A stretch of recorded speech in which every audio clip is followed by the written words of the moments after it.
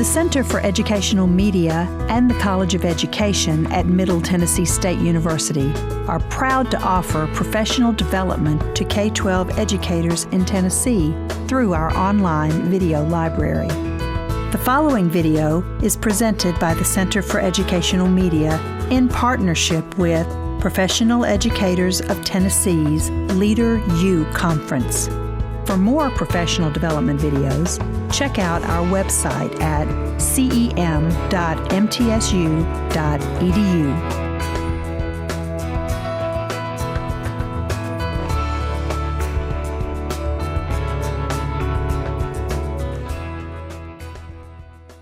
Good afternoon, everyone. I know this is the last session of the day, so just hang in there. We've had some wonderful presenters today, so I know that Dr. Hayes is going to wow you as well. She's going to be presenting today on accessibility, students with hearing loss in the general education classroom. Dr. Hayes is director of the Master's Program in Education of the Deaf in the Department of Hearing and Speech Services at Vanderbilt University. She received her doctorate from the University of Pittsburgh. Dr. Hayes has over 30-plus years' experience working with children and adults with hearing loss. Past experience includes teacher, trainer, vice principal of a residential school for the deaf, director of an early intervention program, and interpreter for the deaf.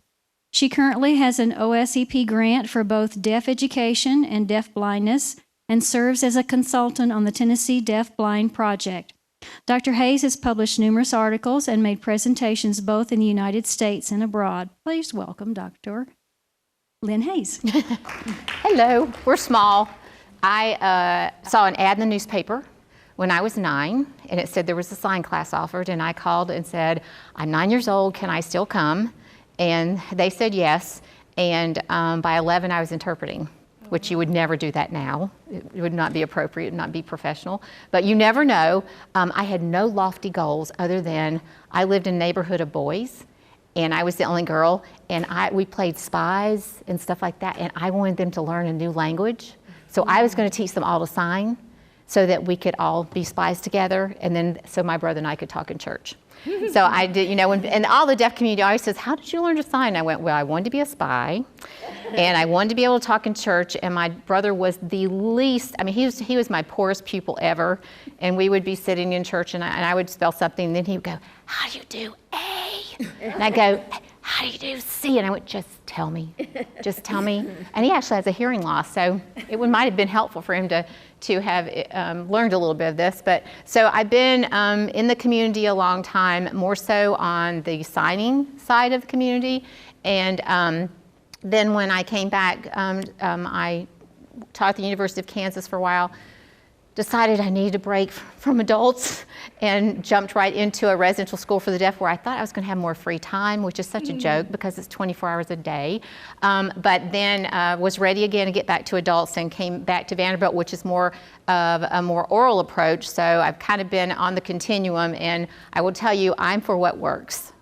I don't have a philosophy one way or the other because I just go back to what the kids need. So I tell students when they come in, if you're coming into this program, just understand where I'm coming from, because there are too many times that I've had parents who've been told only one thing, only to have them have a really poor experience and feel like they had no other options. So I just encourage you, whatever children you may deal with in the future, to be open-minded and realize, darn, that didn't work, we'll do something else. Okay, so really my goal, I'm definitely not an audiologist, I'm not a speech-language pathologist. We do have to kind of learn about those things, and so as we go through this, that is not my goal to get you on board with everything related to hearing loss. But I do want to make sure you know that all of you teach kids with hearing loss, regardless of if they've got a diagnosed hearing loss or not. So you all have had a hearing loss at some point or another, and any given day, if you probably checked in your room, it'd be amazing to see what kind of hearing your kids had that for that particular day. And if you've got kids who have special education needs, there are so many syndromes that have a related hearing loss attached to it. And so you have a lot of kids who are taking medications that also affect their hearing. So I don't think there's a teacher out there that hasn't had a child that's got a hearing loss. It may not be every day, but you know, you've all had colds, and had issues. We also, if you're working with young kids, have kids that are still really susceptible to ear infections. You know, with a young child, their eustachian tube is just like this, and only as they mature does it start to move down so that that fluid can come down and out. And so it's just inevitable that they're going to have ear infections. And it's one of those things that you want to kind of keep up with. If your student is always out with an ear infection, I want to keep looking at this kid because I've got concerns in the future for what's going to happen to them. One of the main things is that kids that have just even a mild hearing loss, it makes a difference. And I know sometimes those kids are not placed on an IEP, but there's a time and a place. Just like we said, we're looking at all our kids. And so many of you have seen the Flintstones, and this is like our running attempt to show hearing loss. So I'll let you listen to this to get an idea of how hearing loss changes very quickly. 1, 2, 3, 4, 5, 6, 7. Aha! You're on my apartment building on Granite Avenue. You owe me $300. Get it up? Fred, take it easy. It's only a game. Wilma, I'm just like them big tycoons. I play to win. Now, Barney, pay up or get out of the game. That's 1 down and 2 to go. Betty, it's your turn. I don't have any more money either. You got it all. Then I'll take a mortgage on your open home. Well, come on, take the dice, will you? Don't just sit there like a dummy. I will not have you talking that way to our guests. Come on. Okay, so that gives you an idea of what happens very quickly. You know, yes, we've got hearing aids and we've got cochlear implants, but there's no quick fix to every kind of hearing loss. And I think some people think automatically that there is. And one of the things I want you to keep in mind is just like all of your vision loss, I am not going to borrow your glasses and be content and understand everything. So hearing loss not only on paper may look like one thing, but your kids do something totally different, which really is amazing sometimes. But it's just as difficult to understand as all those wild and various eye concerns that you have. You know, I work with students who are considered deafblind or dual sensory impaired, and someone may just have a quadrant that they can see out of, and I watch them find the spot to locate that quadrant, that's all they've got. So the same thing holds true for hearing loss, that there's just, you know, when I look at someone has a mild loss, how you treat a mild loss versus how she handles a mild loss is totally different. And putting a label sometimes of things makes it harder for kids in some ways. Just so you kind of get an idea, if you do have a child and they do come in with an audiogram, most of the time you're going to see this speech banana, that's what it's called, and you're going to see like where these sounds take place and how loud they are. But the main thing to get an idea, to give you just one idea of one kind of hearing loss, this is a high frequency loss, okay? So you've got kids that if they had this loss, they don't hear CH, they don't hear it well. CH, S, K, you see the sounds that are on this side? So when my child never puts an S on the end of a word, oh, okay, there may be something going on here, you know, that I start to notice. And so you start to kind of see patterns. So it's just not as simple as saying I've got an 80 dB loss and I don't hear anything without my hearing aids or cochlear implant on, something like that. It really depends on the kind of loss. And remember, when they do these tests, they're doing them in a soundproof booth. Nobody has a soundproof classroom. So you're going to have all that noise. So that's why I say when you get a piece of paper, I want to know what their functional hearing is. What can they do with these in this place? How do they handle sound? And that's one of the things that we can't get from something like this. So you've got to ask questions, you know, and hopefully the one thing you want to teach your kid is to be an advocate. And I've got someone right now who's an older kid, and they're just getting hearing aids this next week, and it's been a month, and they're not telling anyone to talk louder, and I will say afterwards, did you understand it? No. So I've tried to do things without letting anyone else know that this hearing loss exists, because this person wants to do it in their own time, but and tell people to talk up. But I don't know what happens to us when we start having conversation. Somehow our hands get here, and I just want to go, you know, that kind of thing happens, or you start here and then your voice quality just goes down to almost a whisper. I interpreted for a religion professor in one of my first jobs, and he talked as fast as an auctioneer. So by the time he got to the end, there was no sound. And the hearing people loved that I interpreted because I would have to say, would you repeat that? You know, and I would go, you guys, you could ask the same thing. We know, well, no, you'll take care of it. I'm like, I said, all these professors think I have a hearing loss because I really am trying to listen to everything. So think about, you know, your voice quality, how that's going to make a big difference. But it's just not as simple as saying, I've got a hearing loss. I really want to know what they can do with that hearing loss. And what happens, you've seen kids, and I know you've seen kids, all of a sudden they get this blank look. The battery died. And there's just nothing. And so, you know, we all need to have extra batteries, whether that's a parent. I'll just say teachers sometimes have a little Dixie cup that's got extra batteries in it because otherwise you're not going to have a battery for the whole day. And some kids will be, I had one child who just does this, dead. And you're like, okay, I know what you mean, but it's let's work on how you discuss that your hearing loss, that your battery just died. So, you know, and you'll pretty much get that sense just with this face that says, I heard you and now you're gone. You know, it's so amazing. So functional hearing, what can they do with it? I want that more than anything else. So there's things that you can look for. Again, remember, you've got these kids. You just don't know sometimes that you have them. So definitely they're just inconsistent with how they respond to things. And when I mean plays follow the leader, there's a great YouTube video, and I was going to pull it, but I didn't. But it's of a student who the teacher has forgotten to put on the FM system. Now, it probably was the student's responsibility to give it to you, but this teacher didn't have it on, and we watched this child. And all he did was watch what everybody else did, and then he did it. You may have a follow the leader type of child. These kids are smart, and so they will just follow the leader, and then when someone made mention of the fact that, oh, you don't have your sound filter, your FM system on, that the teacher put it on, well then he wasn't always just a step or two behind. He could join right in, it was fine. You know, so watch for those kids that are depending on someone else because they didn't hear it that day.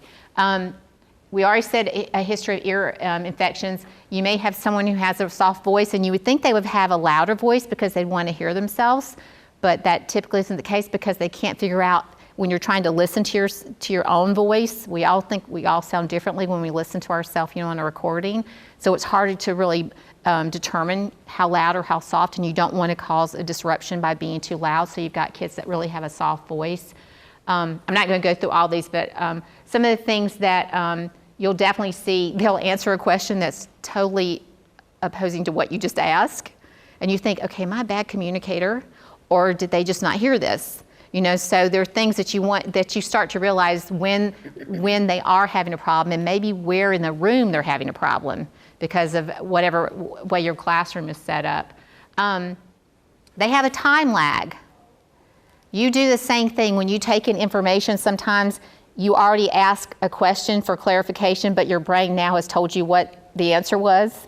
And it's a strange thing that we do, but they have a lag in that. I'm going to take it in, I've got to figure it out.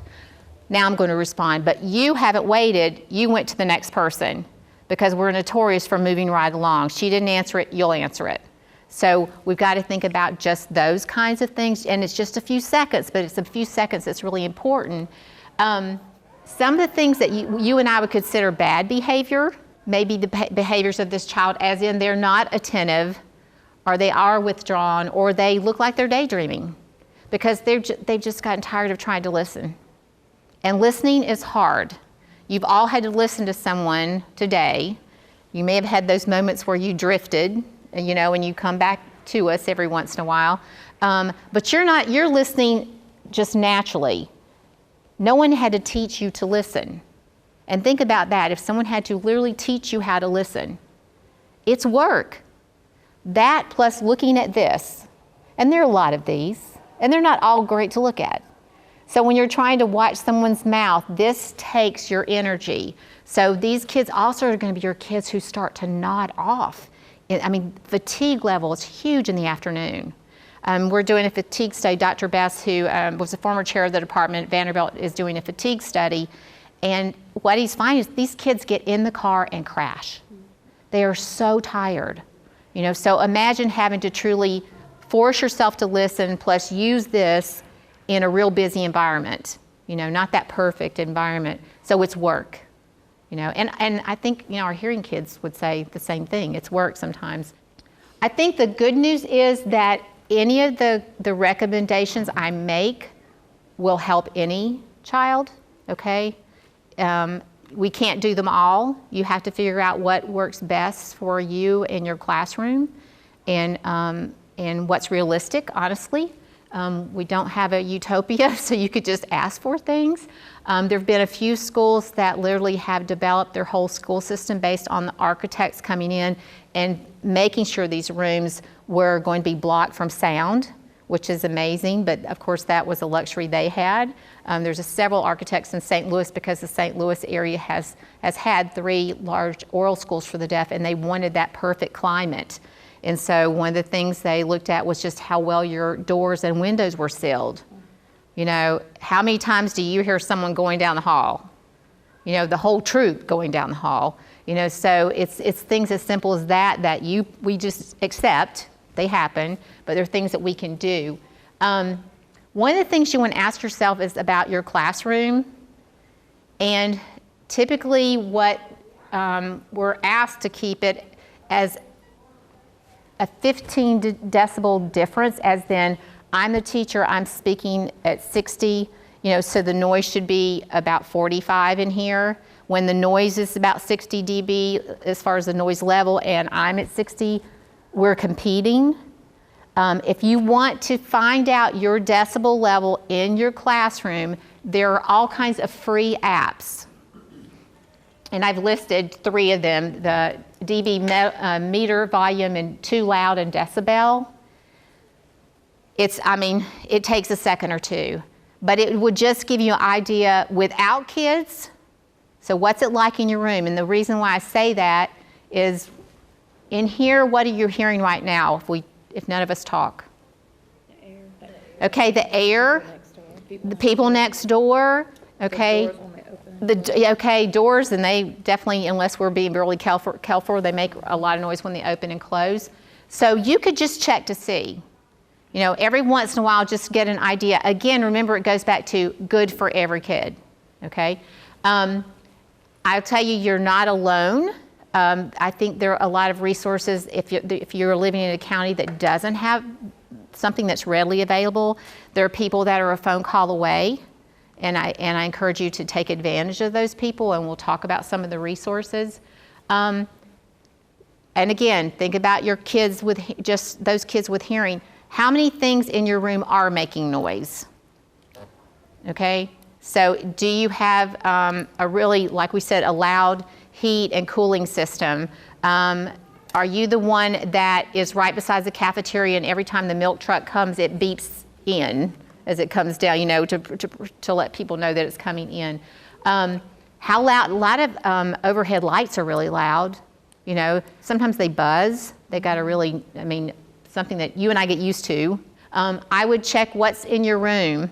If you've got animals, if you've got, a gerbil or something like that, and it's on that little wheel, that can be noisy. Do people still use pencil eraser?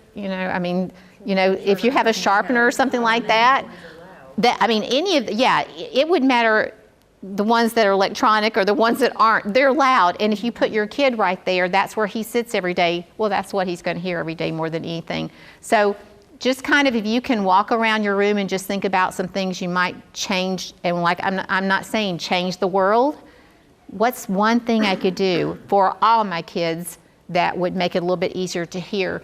Because I'm providing the instruction, and I'm going to be the person that I really hope everyone can hear. And if I've got expectations, you can. We're kind of failing each other if we don't think about what's in our classroom. And like I said, some things you can take advantage of and change. Other things, we don't have the luxury of doing that, but you can make changes. And we just said classroom location. if everybody has to go by your room to go to the lunchroom, or everybody has to go by your room to go to the library, you may not have an option because everybody just has to go in your school by someone, but think about if you've got children that do have a hearing loss, is there any way we could be off the beaten path a little bit where we don't have the troops going through all the time? And I'm not saying that it's not going to happen, but not happen as often would be really helpful, because again, we're competing for the teacher and their instruction. So where you're located, are you beside the area where they mow and they don't wait until the end of the day to mow? I've never understood that. But they mow right when you're teaching. And I grew up in a time where we did not have air conditioners in our schools, and so there's only so long that you could take having those windows down where you had to pull them back up. So I can remember just the conflict with a teacher trying to talk over a lawnmower. So you may have all kinds. They're doing the shrubbery. You know, I was at the Alabama Institute for the Deaf and Blind this past week, and I think the people there thought, okay, they're deaf, they're blind. It'll be safe at 7 o'clock in the morning to start doing the shrubbery. And I was out walking. So I hear this noise and I thought, what? It's 7 o'clock on a Friday morning, what are they doing? You know, going through. And I thought, they think nobody here can hear. I said, there are a lot of hearing people here today who are going, it's 7 o'clock. I wanted to sleep a little later. So think about some of the things that are around your vicinity. You know, we have helicopter. And so I'll be teaching class on the 8th floor of my building, and here comes the helicopter. And then the helicopter comes back, which is not a good sign. You don't want the helicopter visiting often, but I had that noise. And so when I'm doing the sign class, it's like I just go, it's a helicopter. We keep moving because I don't care if you hear that helicopter or not. We're going to be good. How you have your desk set up, right now you all can see the people at your table. So if she's talking and you want to make sure what she's saying, if you can't get it one way, you may look at her. But are you going to be able to understand what those people are saying behind you? Okay. Again, a classroom, if you've got the luxury and the space that if you can have some things in a semicircle so everybody can see each other, or you're going to want to have an interpreter who truly does point to that person to say, that's who's talking. Give this child enough time to look over to see who's talking, to then sign what's going on, which takes time. So it's not fair for you to have all the conversation, and I never know what's happening. By the time I turn around, you may have said, yeah, I agree. So I've missed out who agreed. Sometimes you guys as teachers can actually say, you repeat what someone said, or you mention the person who said it, but you just can't think of it every time to do it. It's a great habit to have, but it's just not something we do automatically. So unless someone asks you. So think about how your classroom is set up. Can your kids see each other as much as possible? A lot of classrooms, you may have 4 together, you may have rows, you know, it just depends on what you have available in the space that you have. But with all kids, I would love for every kid to see each other, you know, at some point, or to give the kids enough time to look back at someone before we move on. So these are just things that could possibly happen to make your classrooms. I know sealed doors and windows, good luck with that. You know, your administrators are the people who manage the dollars that go into taking care of your doors and your windows, that kind of thing. But it does make a difference when, like, especially in some conferences, you can hear everything going on next door. So I don't have your attention. I can't. I'm listening over there too, that kind of thing. So with a lot of schools that have been lucky enough to have an architect work on their school, they have a little hallway. Here's the main hallway. They'll have a little hallway, and then it will come here, and then here are the classrooms. So you've got not only this hallway, but you've got another one. You know, mistakenly, some people assume that just because some of your kids have a hearing loss, that means we can put them beside the band room. I can't tell you how many times the band room beside the elevator operating machine. And I didn't know how loud that was until we put one in when I was an administrator, and it's like you heard everything, you know, so that is not the best place. There's probably no good group that's going to fit beside the band room, sorry. But these kids can hear things, and if I hear this constant banging, it would get on my nerves because number one, you know what it is. You know it's a drum. I don't know what it is until I keep going, what's that noise? And someone says, oh, it's the drums, they're over there. It's like, okay, but I keep hearing it. And you watch kids and they start to kind of move with the sound of it or something. So I'm amazed sometimes where our kids get stuck, in corners. I've had someone be underneath, it was really like Harry Potter. They were underneath the steps, but think about if you've got kids like that, where are they going to be located? And also, just one other thing related to this, there are worse places in your school than your classroom for these kids. Where do you have a hard time communicating? What are other places in your school that you have a hard time? Or cafeteria? Gym, the worst place, the gym. What did you say? Hallway, where a lot of people have their hearing checked in the hallway. It makes me cringe. Playground. So, and for a lot of the kids that have had some issues in the past where they lost their hearing aids, they may take something like that off before they go out into the playground or something.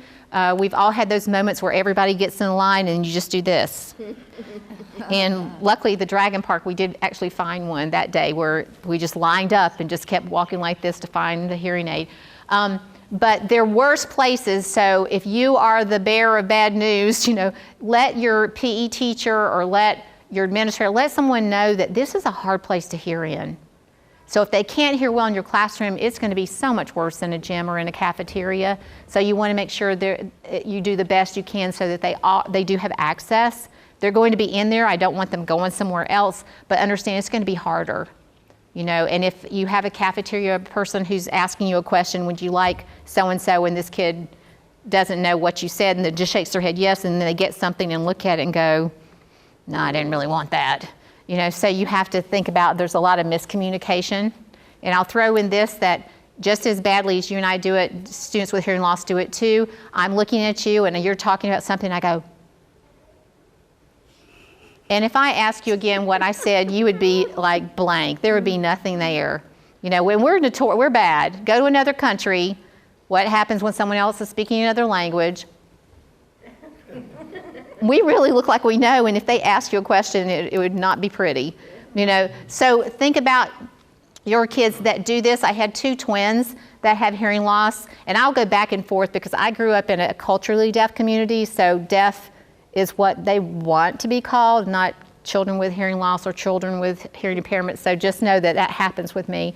So when people say people first, it's like in my community that was not appropriate. So, but anyway, I had 2 twins and they arrived at college. One of the other jobs was as a director of a college program, and we called them the sisters. I am telling you, I have never seen more of this in my life. And finally, I would say, what's up? And they would go, what for? This is why. What for? What for? Why are you doing that? I said, because this is how you answer everything. So if you start asking me questions from now on, I'm going to go, and I'm going to wait until you ask me a little bit more. So I was like pulling information, but this was, instead of them agreeing, they just go, and they both had grown up doing this. I said and finally I went up one day and put my hands on it and I went, okay, goal number 1 for this week, this we're going to try to avoid. Can you do that? Can you just say, I don't know? And I'll go, fine, you don't know, I'll help you figure that out. And so they got so they'd go like this. And I'm trying. I said, no. I said, if that's what you need, but understand that when I see this, I don't know what this means now other than everything's not okay. What don't you get? You got to give me more than that. So I always be watching kids for communication, but be better. If you don't understand, you don't understand, okay? And we've got to teach our kids the same thing. If you don't get it, hey, everyone else didn't get it either. Ask a question. I will not ask, yes or no questions because undoubtedly I just get a yes or no. So I'll ask things, but I won't leave someone high and dry, and that's one of the things I'll tell students. Don't go, I didn't get it. Now, I've talked for 25 minutes. What didn't you get? So that means you're going to have to say, when you were talking about so-and-so, I got lost. Great, I know you didn't get anything from that point on. I'll go back and repeat it. But if you just say, I didn't get it, or I don't know, So some of the things that we want to teach our kids as far as being advocates. For whatever kids you're working with, how best do they communicate? Okay, do they need to have a really good listening environment? Do they need to have access to technology? Do they need to sign? Do they need to be a child that just wants finger spelling? Do they need natural gestures? You know, that's a question I would really encourage you to ask families as to how do they communicate in the house, and then how they communicate in the community to kind of see what they do. Your parents may not give you an answer, okay, that you're going to have to kind of just watch your kids and see. My twins, I think at home, when they didn't want to find out what was going on, they just did this. And that was all they needed to do, and then someone took care of it most of the time. And so when I started asking questions, they were really a little confused. And so you want to just think about, what did they do? Maybe I'm better at writing something to you. Maybe I'm, you know, the first time I went, I was at the School for the Deaf in New Mexico, and we were at a drive-in, like a Starbucks or something, and I was the only hearing person, and I thought, well, I'm going to be the one who's ordering all the stuff. And then we pulled up, and I went, okay. And they had already back then it was Blackberries. They had typed everything into the Blackberry and went, and the person, you know, at the drive-through just read it. And I thought, of course. So we've got technology that solves some of the problems if we're not understood, and that can help quite a bit. But you've got to be creative, and that's fun too. I think just finding another pathway is really nice. Can your kids advocate for themselves? If they can't, that's one of the things we've got to start early. Remember, my college-age students weren't advocating because they knew I would ask because I couldn't hear. You know, that shouldn't be the case. So I want it to start as early as possible. I'm in a program where the 2-year-olds have to put on their own cochlear implants, and it's hilarious.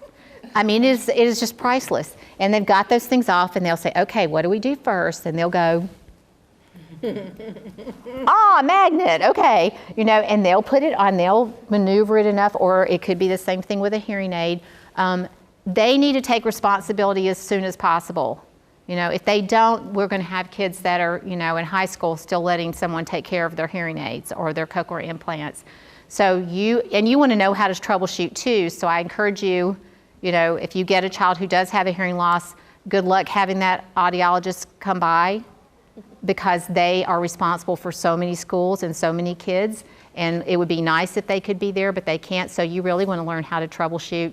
You know, nothing that's going to cause undue damage and break a cord that's like $90 to replace.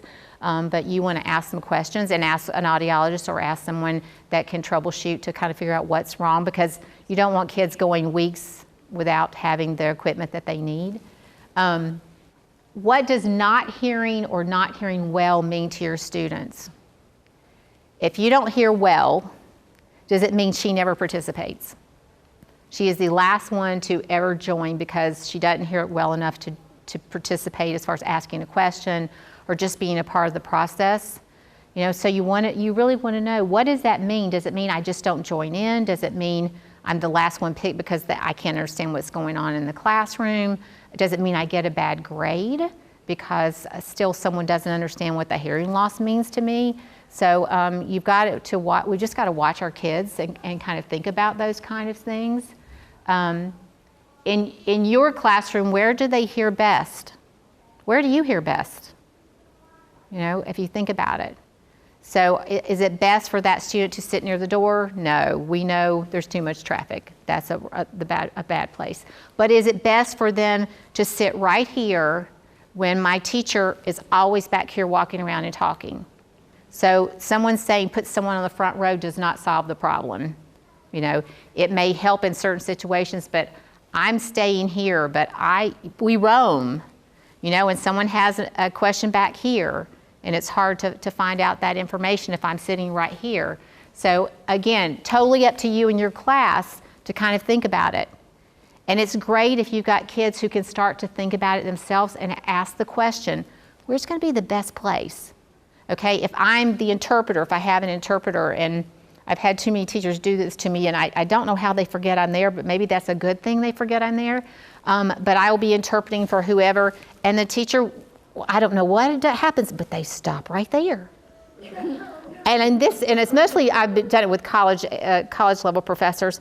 And so I'll go like this and maybe move. And then I'll maybe go over here and I'll tell the student, tell them to move. Just nicely say, could you move? I can't see through you. But I mean, it's just like this natural stopping place. And everyone's always sorry when they did it. But I think, okay, I'm right here. And there's only two of us up here. How did your body just land there? You know, so you definitely want to think about where's the best place, you know, and we'll talk about where the interpreter stands, because if she's moving all the time, I am not doing this.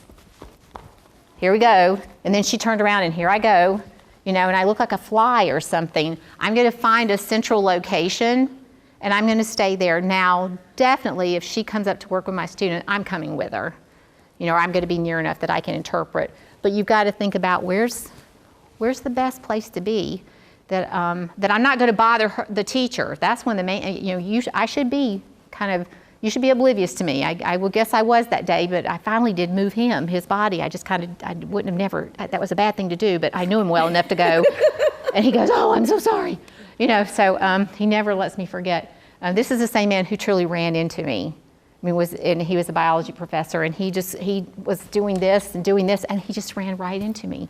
And he just said, well, another part of biology is learning about, and I went, oh no, don't go there.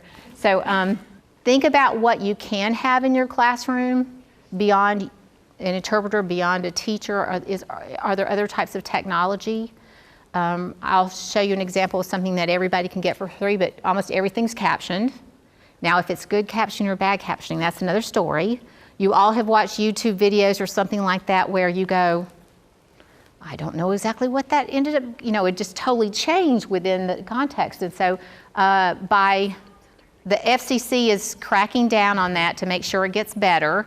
But if you go to a conference and they've got real-time captioning happening, card communication or access at real time, that you'll see things that have not been entered into the dictionary for that device. It's kind of like a stenographer device, and you'll get very weird things that sometimes pop up here. You know, how something was sounded out. So understand, even with great technology, there are issues. I always hearing people notice it first, and then the deaf community will look at it and go, what does that mean? And we'll go, oh, it's how it sounded, and that's how it came up when it was typed on like a stenographer machine. Can your students and you take notes and listen at the same time? You know, I'll be honest, I think as I get older that becomes more complex. But for kids who do have any type of hearing loss, that is a concern, because if you're expecting your kids to keep up and take those notes home to study for a test, you look at their notes and they're a mess. They are. They're a mess. I was a note taker for students who have hearing loss when I was in college, and so we had, it was NCR paper. I don't even know what we call it now, if it's the same.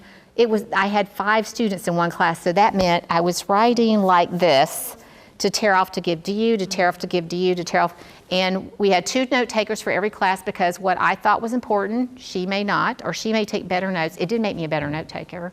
And it also made me not quit drawing all over my notes.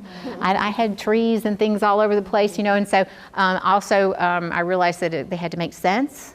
You know, I knew what they said, but now I had to give them to someone else. So you may want to ask somebody in your class that you feel like could be responsible enough to be a note taker. You know, we have some teachers who actually give notes to their kids, but that's such a different thing that you almost have to make 2 sets of notes, and you don't have time to do that, I know, but you can do some things where, and you could have someone just type it and give it to someone.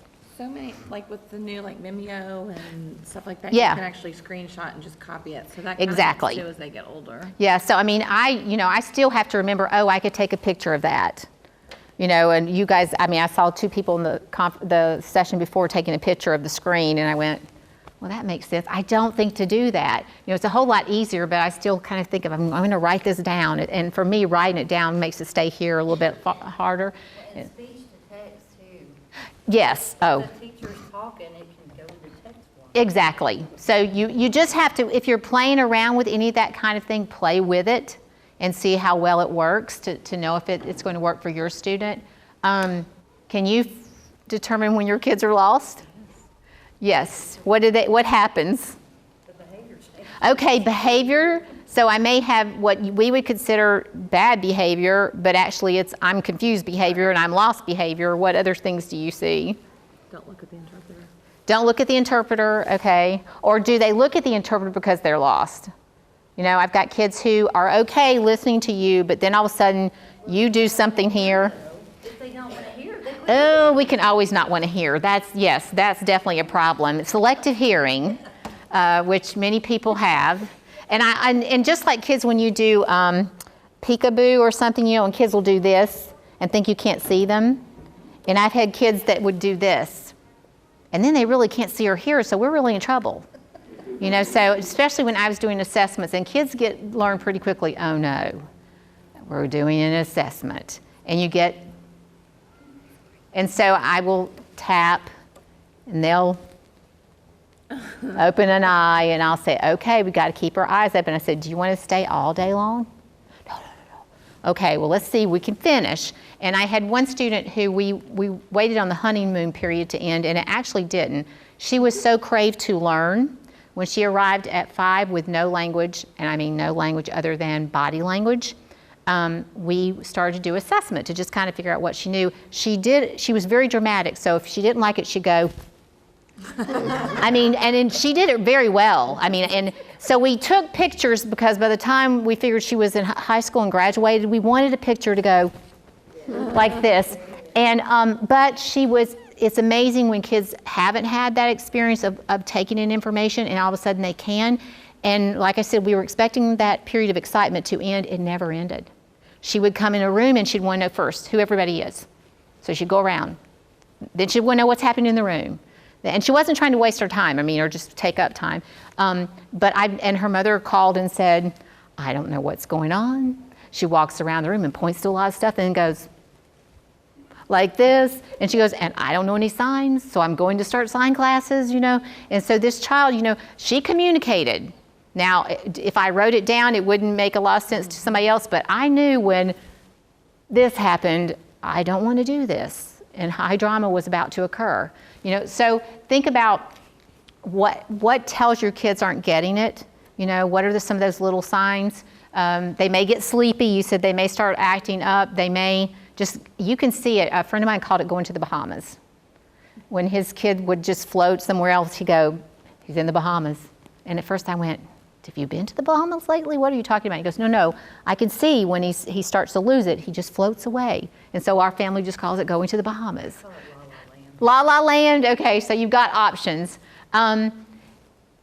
If I had come in here, which would have been nice, and I had put up, here are the things I want to accomplish, it would have determined if you wanted to stay. It would have determined, you know, what you thought was going to happen. Was it worth my time? That kind of thing. So if there's anything that we can do to make the day clearer to someone, undoubtedly, that schedule's going to change. You know, but for a lot of our kids, transition is hard. And when things do change, the fire alarm's going to go off. And you've got kids who can't handle that sound. But if we can have something that kind of lets kids know what's happening, and even if I've just got a cursory, idea of what's going to happen, and then I can say first, second, third, fourth, we're going to have to change that. We're changing it. So someone gets an idea. Again, it's one more thing to kind of give me an idea of what's happening to me, a little bit more control. So they're just little things that, again, any student's going to benefit from just to get an idea of what the day looks like. Can your student benefit from a buddy? You've got some kids who have additional disabilities that have a buddy. It doesn't mean that buddy's going to be there through and through for the rest of the year, but it may even be the transition period of going, I don't know where the cafeteria is and where do you go change into your gym clothes or something like that, just to have a buddy that goes along with you. I know it takes a lot to determine who that buddy's going to be, because you're looking at someone who hopefully can take responsibility, who's kind-hearted, who's going to be able to help. But there are a lot of kids that could take on this role, and they like to take on that role. At the Institute program I was just at, there's members of the family, and each person has a different role, and one is making sure they've got the cane and got everything. So he'll come in and it's like, I'm ready. I've got his cane. I've got this. I've got that. You know, so whatever kind of responsibility is going to make you take some of the pressure off you too. But you are going to train the buddy. They can't be just this kind-hearted child. You have to kind of help them and have that conversation with both of them as to what are things that really are difficult for you. It's hard to find so-and-so down the hallway. I can't hear in the gym, and it would help me if I could have someone just tell me when we're going over to this corner because I'm the last one to get over there.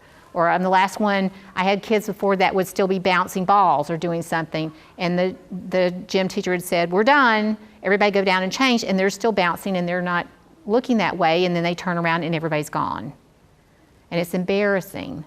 So just the person that can give them just a hint as to what's going on. They don't have to do a play by life. You know, I always say we're narrating life a lot of the time. They don't have to do that, but some of those embarrassing moments could be taken care of really easily. How do they socialize? And this is huge, socialization skills. I can't tell you how huge this is. Some kids, again, I don't understand what you're saying, or I miss what you said, and so we don't communicate very well. That I'm a novelty at first, and then I'm not. And then it's back to me being alone. One of my friends is an interpreter in a school, and the student that she serves has Usher syndrome. So she already, of course, is deaf, and her syndrome is losing her vision. You know, first it's peripheral, and it will come down most of the time to about a pinprick, but it's 20/20 at that pinprick. And anyway, so she is the only student in that school, and the new school has 4,000 students. She's the only one who's deaf, and also the only one who we would consider deafblind. Now, she has been taught the past 3 years how to get ready for that school almost, but she has learned how to present a PowerPoint to all her new teachers, where she's going. Of course, she's been to that high school 3 or 4 times to kind of figure out the path, where she's going. She doesn't use a cane or anything like that. She still has vision about right here. She just landed in Finland yesterday to visit, so we're trying to make sure she has those rich experiences while she can still see them. You find out, you know, just what are the things they need to be able to socialize. She was fortunate the first year she went to the middle school, there were 3 girls who were hearing that wanted to learn to sign. Well, they didn't get put in the next group the next year, so it's like starting all over again. Yeah, and so you really want those kids to have a relationship and have friends. You know, and a lot of the kids will initially get really excited about learning to sign, or they'll have an ASL club or a sign club or whatever you want to call it, and that can help. But you don't want these kids to be sitting somewhere, you know, and be like the last one to be a part of the team. I mean, there's always going to be a last person for something, but repeatedly when they are there by themselves and the only person they have is maybe an adult who's the interpreter, and you don't want your kids just to be with an adult the whole day. So you've got to kind of come up with that may go back to finding that good peer buddy, or starting a sign class or a singing sign class in the afternoon, something to get your kids involved that's fun. Transitions, you've been transitioning up here. I don't know if you'd been up to this floor before. Was it easy? Yes, everything was A, B, C, D, whatever, you could find things. You may still have ended up, and you may be one of them, you see people who are sitting here, and then it gets started, and then they get up, and they're like, oops, wrong room. Okay, so it's not that easy sometimes to transition, and so if you are getting these kids ready to transition, I don't care if it's just from grade, but if it's definitely from elementary to middle to high school to life, they need a lot of work on transition, a lot of work on that. I mean, I could say that for all hearing kids too, but we always make sure those kids have visited during the school year to see what school is like when there are real little warm bodies there, but also to go when there's nobody there except, usually like the principal in the summer, a few teachers, to get a sense of what that building looks like, to know that they're 50-minute periods or they're an hour and 15-minute periods, to know that the last 5 minutes everybody's getting up and they're underneath their table and they're getting their books and everything, and at the same time the teacher is telling you what's due tomorrow. So that, they're like, I've got to learn, I've got to be sitting here, I can't get my books ready because I've got to be waiting to find out what I've got to do tomorrow. So learning about transitions, the sooner the better, and get them to learn how to tell about themselves. And this is hard, but it can literally be a project. We did this past weekend. The students that I was working with are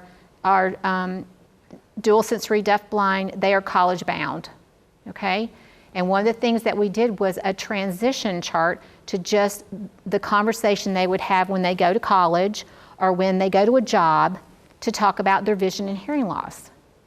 Now, they're all, I think the youngest was 18, and 2 or 3 kids asked their parents what their vision loss was. Oh, wow. And I'm not in that home. I can't tell you what's happening. Vision loss may be in the least of their problems. And maybe that child hasn't been able to handle just the discussion of vision loss.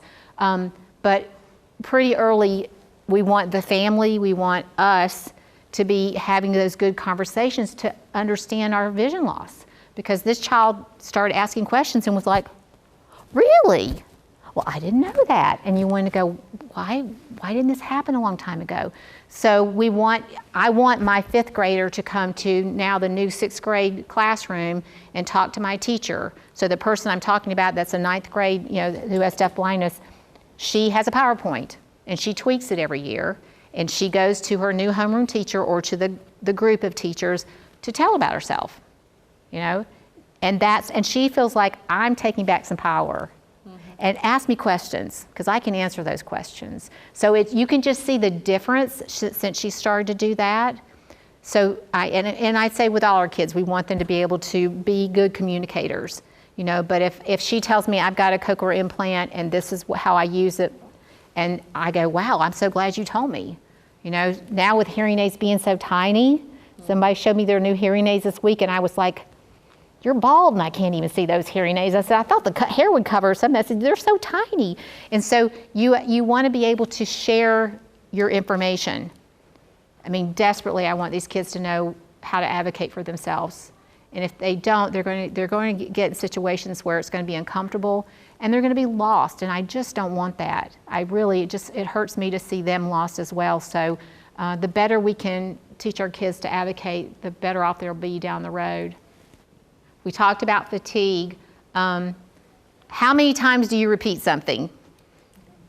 If you had to count during the day when a student asked you a question and you repeated, and you repeated, and you repeated, and you don't know if they're not understanding the question, they didn't listen the first time, you don't know what the reason for the repetition is, would it help to restate something? Okay? Today, my graduate students were working with a group of students. And they said, oh gosh, what was the word? Have you been to an amusement park? And I could see these little bodies, and I know 3 of them had been to an amusement park. They had no idea what amusement park was. Mm-hmm. And I'm trying to be quiet, and I'm waiting to see what's going to happen. And then I said, give some examples, like, a place where they have roller coasters, and where they, they got a little bit better as we went along. I said, don't assume. Things that we just wouldn't, consider those kinds of things. So you want to make sure that if you're having to repeat something, maybe you give an example instead. I was interpreting for a college classroom, and this fellow was doing his darndest to explain serendipitous. And I was interpreting it, and I was just interpreting it. That was not my job to teach. That was my job as the interpreter. And the professor was getting a little irritated, and the student couldn't figure it out. And he was giving good examples. He was giving good examples. So class ended and he said, and I said, she loves purple. He goes, okay. And I said, what happened? I said, you're in the store, you're looking at everything, oh, purple. Oh, I want that. That was a serendipitous event. You didn't plan on it, it just happened. And she goes, oh. And he looked at me like, what didn't I do? And I said, I know her. I can add some of those things, but that doesn't mean we can't all give a lot of examples. Our kids, if they've not heard well, have missed out on all this rich environment. And that's one of our biggest issues is language and literacy because they've not had access. And particularly if you've got a child who signs, if I know this is a sign for happy, unless I do, I may say elated, glorious, whatever. But if I don't spell elated first and then do this, you're still just seeing happy. So when I say, how are you? Happy. Well, can you tell me another word for happy? I'm happy. So you'd be surprised at the words that aren't understood. If you've looked at Words Their Way and some of the things by those authors, you'll see they have like tier 1, 2, and 3 words. We don't usually teach tier 1 words like happy, like puppy, those kind of words we know our kids are going to get in this rich environment. We have to teach those words some of the time. And it kind of throws us. And my student was in the 4th grade and didn't know puppy. Now what he knew was small baby dog. Didn't know puppy. I would expect every 4th grader, whether you have a dog or not, knows puppy. So we have to be prepared for those kind of experiences where we really do have to back up and go, okay, I really do need to provide you with more than just a repetition or a restatement. I gotta give you more. So really rich learning experiences are going to help quite a bit. I'm rolling, I know. Just stop me if I'm going too fast or you've got a question or you're thinking about a student. I do have a question. Yes. Is there anything we can do to help with the fatigue portion, like with the watching? Eye breaks. Okay. Really, and I'd say every one of your students could benefit. That's why I keep going back to everybody benefits. Just give them a break. Literally, I've heard eye vacation, just stop for a second. Mm-hmm. And if you, to not have to go up, you may just, touch. And depending on what someone's feel for touch, you may do a real, not one of these, I call them fish touches. They drive me crazy when someone just does this. Hit me, let me know it's time to wake up, open your eyes. That, or just even like this and get up, move around, take some deep breaths. It may be that everybody needs to sit up or stand up just for a few minutes. And that really can make a big difference, just standing up. If you stand up for just a little while, just move around a little bit. Yes, they're going to be tired. The other thing you could do, and again, this is hard for you because of how your schedule is set up, don't have your most intense classes in the afternoon, if that's possible. If I could have I would interpret for our biology labs. That was a great time. It was from 2 to 4 in the afternoon. It was a lab. They were moving. They had things to touch. They were dealing with things versus me signing the whole time. It was a perfect time. And I thought, I don't know if anyone thought about that, but for me, it's a great time to have the biology lab. So think about how you might change your day just a little bit. What are the activities they're going to have every day?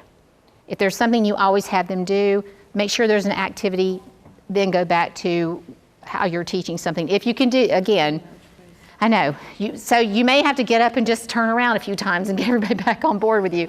But if you do, if they get to high school, I did all the scheduling for college students who were deaf, and I really did look at that. I went all lecture class, lab class, this kind of class, that kind. But I'd been in those classrooms to know, so I had a real luxury that I could go, okay, if you put them together for an hour and 30 minutes, and then they got 15 minutes and an hour and 30 minutes, it's not going to be good. So like I said, I had that luxury to know. So if there's anything you can do just to move a little bit, if you can look at your schedule to go, when do I really have them up and moving a lot more? When's PE breaks? When's cafeteria? Do I do something before that? Then they get a chance to get up and go to the cafeteria or go to the library, whatever kind of specials that you're doing, that helps quite a bit. Lag time, if I'm the interpreter and she's the person I'm interpreting for, I'm going to be behind. So that means she looks at my student and says, what do you think? And I've taken a second or two longer to say, what do you think? And then she's had a second or two to go, you don't know what I'm asking. She's moved on. So there's always going to be a lag time. If there's not, I have concerns because that interpreter really needs that lag time because otherwise they're going to sign something that's not going to be conceptually correct. If I stay right on top of somebody. For teachers, sometimes it's hard because this person is standing there and they're like, I'm talking and they haven't signed anything yet. Well, I'm taking in that information and then I'm going to start. But you need a little bit of a lag time. And so that's why you have she laughs after everybody else has laughed. Now, somebody else thinks it's funny because she laughed after everyone laughed, but she just now got it. And it wasn't like my mom, who truly does give you that look, and I go, you didn't get it, did you? She goes, huh? But she'll laugh anyway. I'll just ask after the fact, because I know I can see this face. It's like, you didn't get that joke. So you want to know that you be aware there's a lag time. These are questions for you. Again, with every question, you can't do everything. You have to pick your battles. You have to think about some of the things you're already doing. Again, go back to all your students in your classroom. One of the things I think that's hard is, how do you actually break down concepts?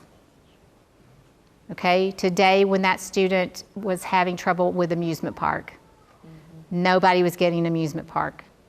When we started having we named like Beach Bend, we named, someone had been to Disney World, someone had been to, well then life changed. But when they said the same thing 3 times, I was like, they don't know what amusement park is.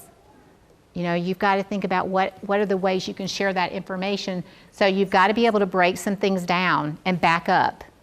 And it really makes us a better teacher too, because we've had to think it through. What are the parts of something? Today, the students, one of the things they were doing was they were developing their own amusement park. And as they were developing the rides out of different materials, they had to give direction as to how they built the rides. Now, talk about prepositions, under, over, in, out, whatever. Well, then they had to share their directions with somebody else. And you could see how it's kind of like that game Gossip. By the end of this, no one was going to have the same kind of look to their roller coaster, whatever they were developing, but they were learning how to communicate and break things down, so that our kids would understand them. How animated are you? I know everybody has a different personality.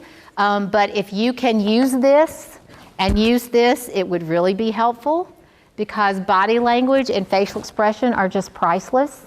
They give kids so much more when they've missed something, to know, happy, sad, glad, whatever I'm going through, but I've got something else beyond that.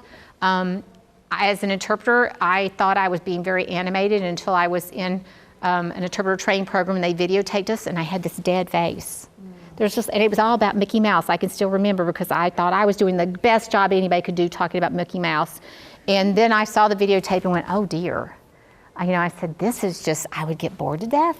And so life changed after that, but it was good to see it, painful as it was, and I still don't like Mickey Mouse ever since then. I've just had a problem with Mickey Mouse. If you have people in your community, take advantage of them. If you can find a team of people, and that doesn't mean you have to go outside your nice little group of teachers. That may be your team. That may be the sounding board. You may have your special ed director. You may have someone that is the person to have the conversation.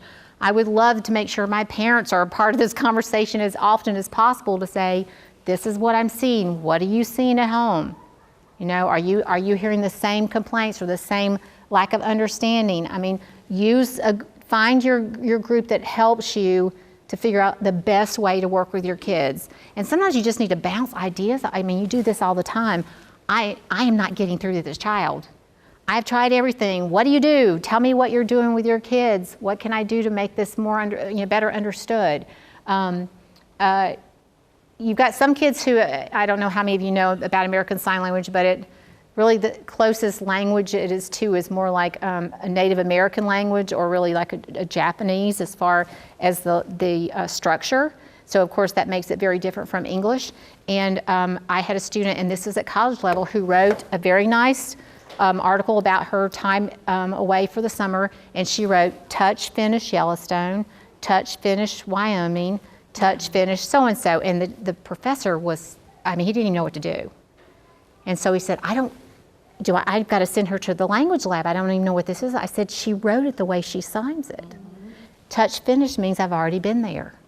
I said, so if I let her sign it, I would say, I've already been to Yellowstone. I've already been to wherever. I said, so there's things like that happen that we automatically cringe. And that professor was very, rightfully so, initially concerned. But when we said it's got to be written in English, we can't even write ASL, but this is what this person was attempting to do.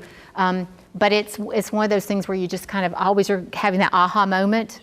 You know, and so that professor had a lot of aha moments that year. He had 4 students that were freshmen that all had a hearing loss, and he goes, then he wanted them the second year. I was afraid he'd say, don't ever come back again. But he was like, no, I've gotten better at this. I started thinking about things more and how I break things down. I went, yes, I got to convert really quickly. If you can read, I don't care how often if the light bulb comes on into the room and you're reading, I'd be a happy person. The more you read, the more exposure to language. I've asked adults who are deaf who have wonderful reading skills, why you? Because we do have a bad history of having kids with poor language and reading skills. And she said, my parents read all the time at home. There was literature all over my house. There were things that were available. And she said, I got started. And once I found it, then I liked it. And so if I can hook a child on reading, the battle is won. I don't care if it's awful books. There was a professor at Gallaudet who said she was embarrassed to say, but she was happy that her students came to her at a college. They were admitted to a college, and she found very quickly they had extremely poor reading skills. And she's like, what do I find to get them interested? I just need to get them interested. If I can just get them started, then I can lead them to better literature. So every Sunday morning, she sent her husband to the grocery store to buy tabloid magazines. And like 10 or 15 at a time. I don't even know what they call them these days. They probably have, the Inquirer, that used to be one. I don't know if it exists. She said, my husband would be like, no one has to know why I'm buying 15 of these things.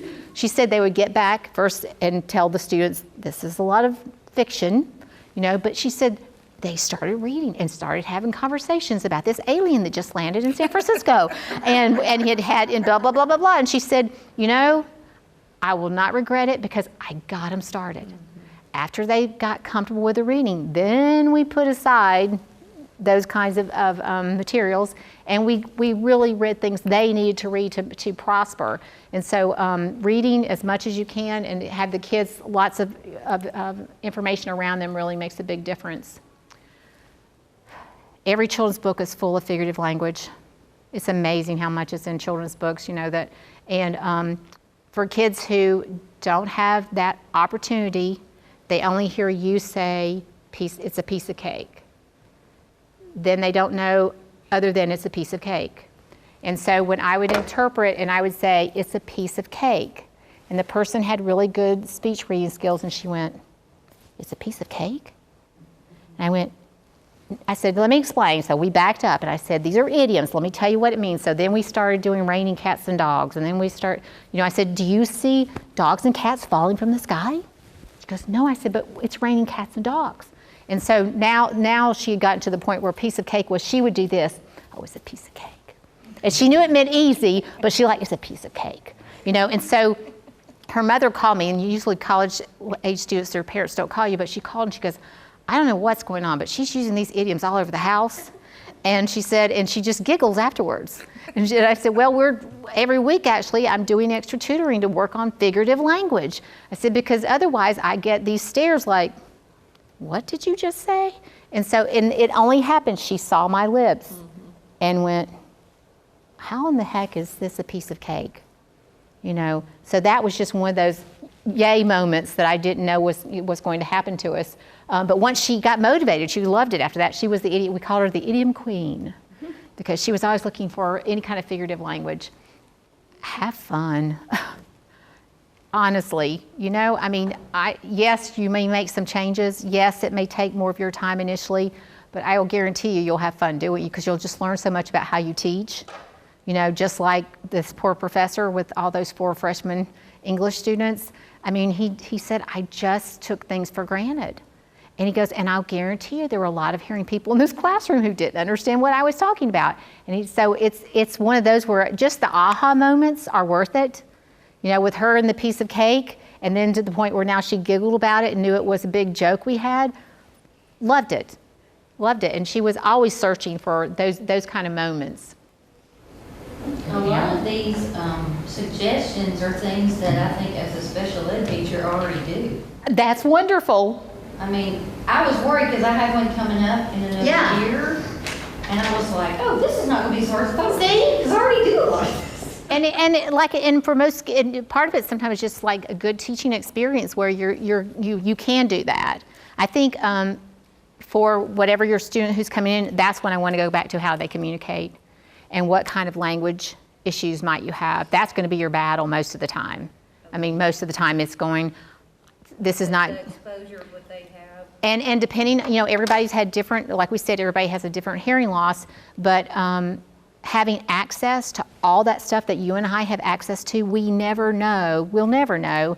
And that's why Helen Keller, when they asked her which she would choose, she said, I'd rather be blind because it cuts me off from people versus things. Because she says, I don't know what's going on out there, when I can't hear it. And it's kind of amazing, she said, I've lost so much from that. So go back to our puppy. The other day, a person told a student to go wash their hands in the sink. This kid goes and washes their hands constantly. It's nothing new, but the parent always says, go wash your hands in the bathroom. Oh. She didn't know what a sink was. She went back into the bathroom. She came back out. Of course, they knew no wet hands because usually they're not all wet anyway. Well, they're not dry anyway when you come back. She went back in. She came back out and looked at the teacher, went, sink. They walked back into the bathroom. She said, this is the sink. Now, she's been washing her hands in that sink since she could walk, as quickly as she could reach the sink. Didn't know sink. So it's those things that we have to stop and go and ask the question, why should she? She hasn't heard it. She's heard go in the bathroom and wash your hands. So it's those are those tier 1 words, the words I don't think I'm going to be teaching. You will know sink. We did a whole thing just on clothing because I had kids who could not tell you the kind of, other than their shirt and a pants and a coat, could not tell you they were wearing a vest. Could not tell you they were wearing a turtleneck, could not tell you, those kinds of things. All that vocabulary. You may want to invest in a visual dictionary, and Macmillan, I know, has a series on they have visual dictionaries that also have a activity book. But I've got one for my students for graduation, and they're tiny, they're like elementary level, but there's one, I've got 2 or 3 like this. Things I'll never want to know the name of.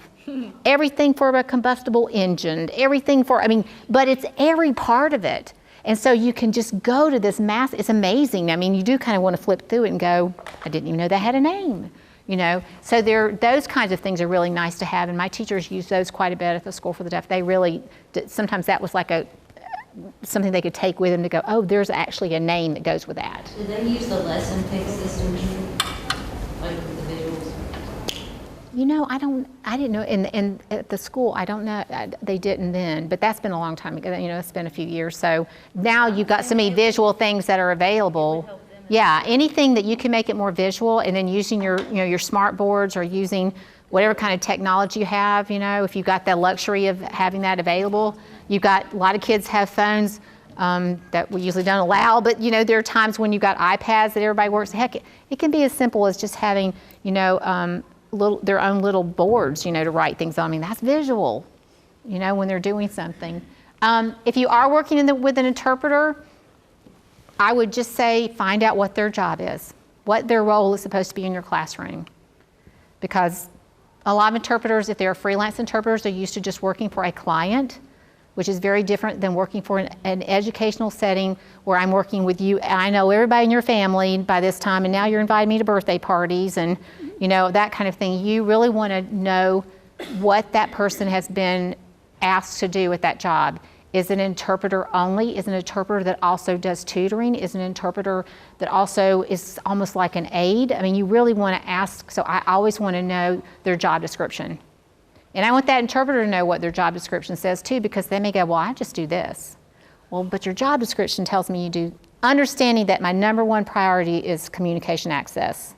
Above any and everything is communication access, but I may have a dual job, so I really want to know what that person's job is.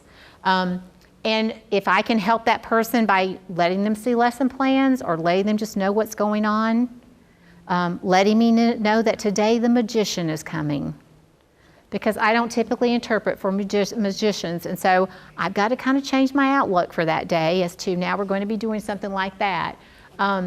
It's tiring being an interpreter. Your arms and back get tired, but your brain gets tired. So just know that that person also would look, it would be a lot easier, and I assign my interpreters based on you're doing a lab this afternoon because you did a lecture series this morning. So be aware that it's tiring too. And there's not a sign for everything. So I'm having to fingerspell a lot of things. And you find out pretty quickly that you better learn to fingerspell better or you're in trouble. So I don't know if anybody's taken geology. I interpreted geology probably 6 times. But this was what was irritating. I did not do what could have happened. They talked about nice rocks. Okay. And I did not say, like, nice to meet you, it's a nice rock. I did not do that. I would just spell nice every time. I had the geology book one time and I was looking at something and I see Gneiss. I was so mad. I told the students, why have you let me spell this nice rock this way the whole time? Oh, we knew what you're talking about. Like, you guys, this is when I need your help. You got to say, no, it's spelled Gneiss. It was a Jeopardy question once, and I was like, I know this answer. I know how to spell it. I know everything about it. So you've got to work with your interpreter. Please, please, please have a conversation. If it's when you have a break, to just discuss what is going on, what kind of things are happening. That you need this person. You may not understand if they are, again, waiting before they start to sign because they're taking in your information. You may not understand why it takes a lot longer to get through something. When I've moved to other states and they would name cities like in Kansas, like Tonganoxie, and I'm going, I just got here, I have no idea how to spell this, and I'm trying to spell it the best I can, and they've moved on, and my brain's still on Tonganoxie, so understand it's mind-boggling sometimes. And where does this person stay? I talked about before that I'm not going to follow you all over the room. I am going to hopefully be in the place that's best for everybody. I don't want her to run into me all the time. I may be sitting, I may be standing. If I'm interpreting right now, I would be here because I want you to see this. That interpreter is not important as far as I want you to see the teacher. So I really want them to have that give and take. So we have all kinds of captioning now, but for some things, our students have a really difficult time reading that caption. If you try to read caption sometimes, it's difficult for you because it's so fast. And so I would just be ready. So if someone was watching a movie, then when we had a signal, she looked back at me, okay, now I'll catch you up as much as I can. So you may have an interpreter that doesn't sign all the time and you want to know what's going on. Well, we've developed a system because she really wants to listen to you. She really wants to look at that movie, and then I'm hoping that I'll retain enough to then give her my summary as we go along. So I would just want to know what my interpreter's job is there, and try to avoid as many surprises as you can with this poor interpreter who finds out that, like if you're going to the zoo, if you're the interpreter and you're following someone along, you're trying to sign and talk at the same time, you're going to have some interpreters that fall over a few times or run into something.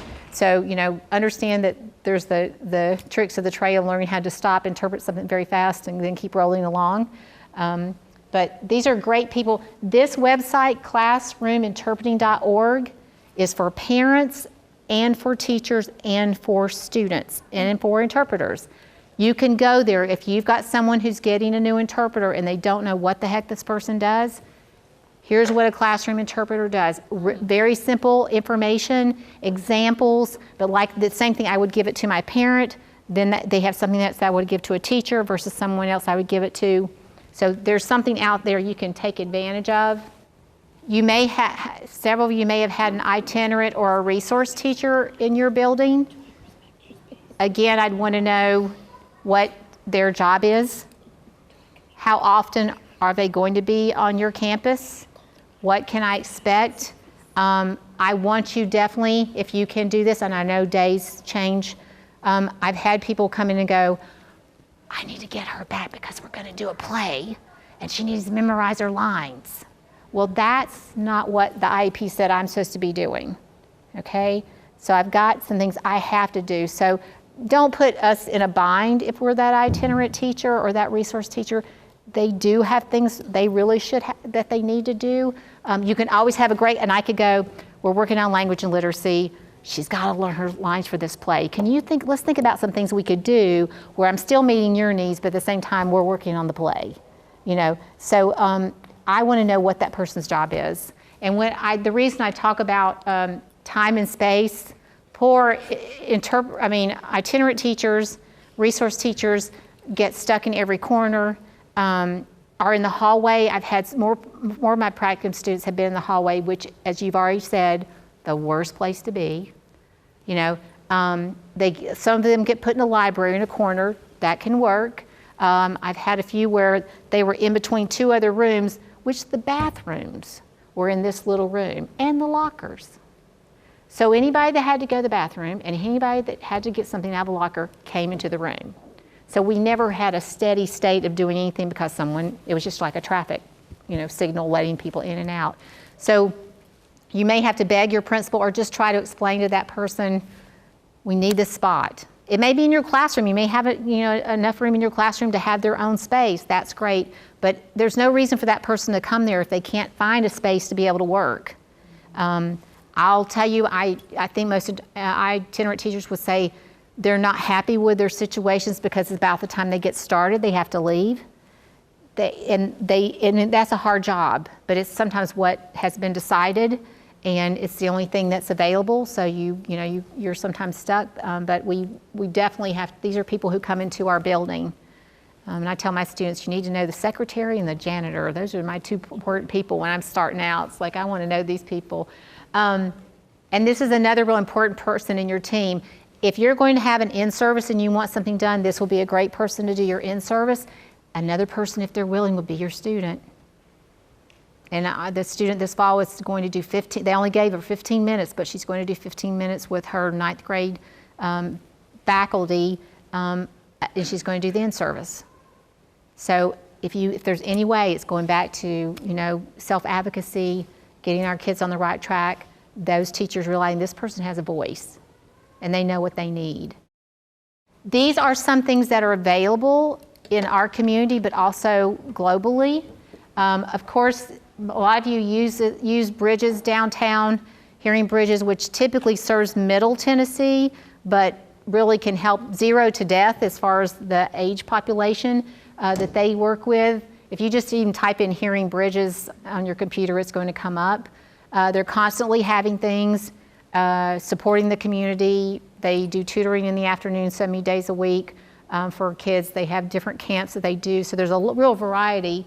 For whatever reason, the Tennessee, the Nashville Public Library, the main public library, has a deaf wing. I've never been anywhere besides Gallaudet that had a deaf wing. I was in heaven. So I went down, and so I literally tell my students, you don't need to buy that textbook. There are 2 copies at the library. They also have the technology there. Everything you can get from them, if you are out there somewhere, doesn't matter if you're in Nashville or not, you can contact them and you can get those materials, okay?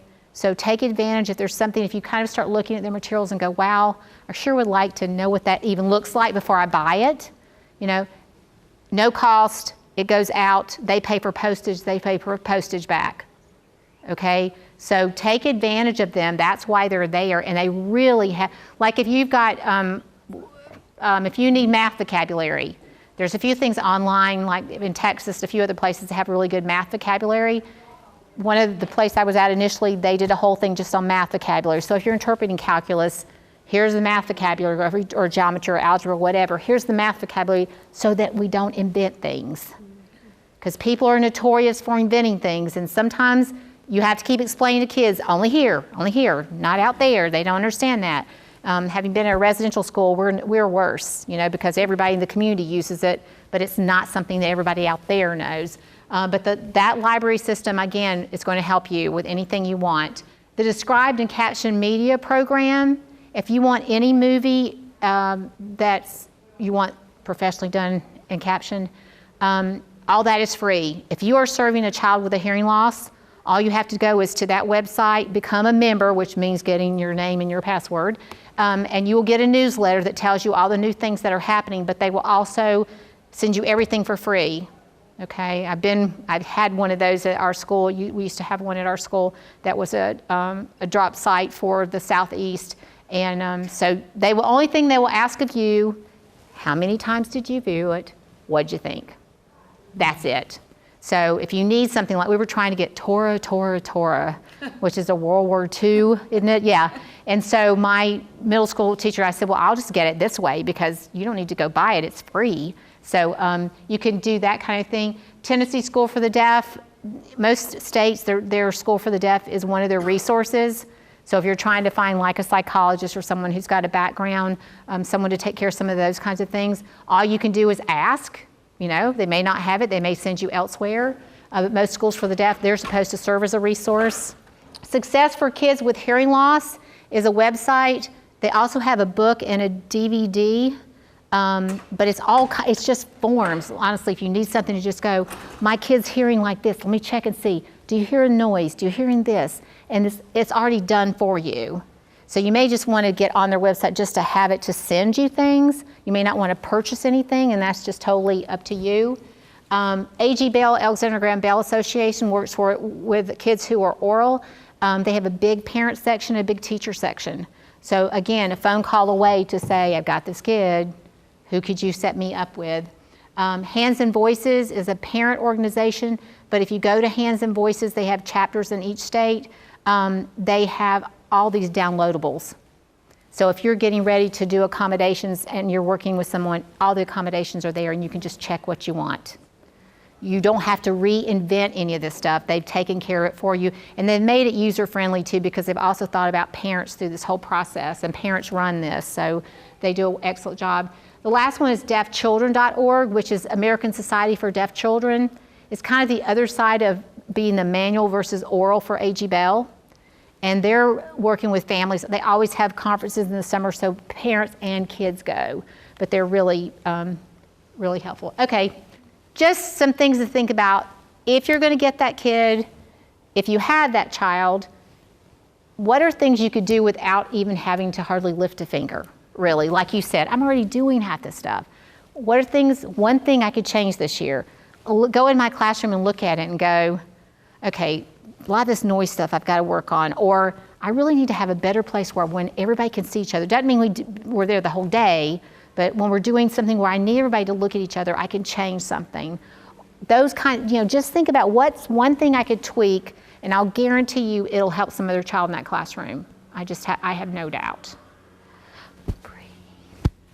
So that's my conclusion, and I hardly give you any time to ask a question. I'm sorry, but I hope if you are lucky enough to have these children in your class, that I know you'll learn a lot. They'll learn a lot.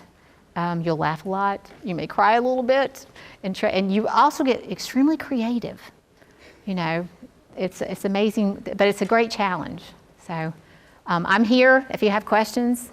Otherwise, enjoy your Friday.